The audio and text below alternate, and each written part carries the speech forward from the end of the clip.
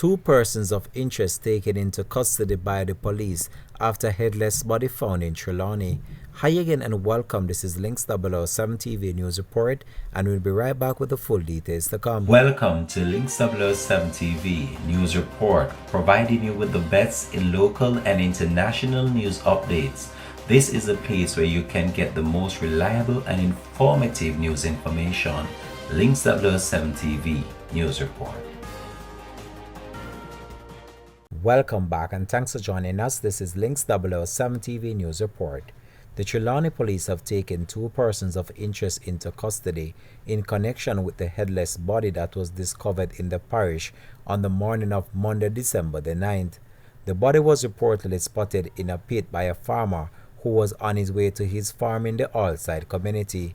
An alarm was raised, and on the arrival of the police, the headless body was removed from the hole after the scene was processed by investigators. The police said that investigation continues surrounding the grisly discovery. Some 24 murders were recorded in Trelawny in 2024. This has been Links 007 TV News Report. Thanks for watching.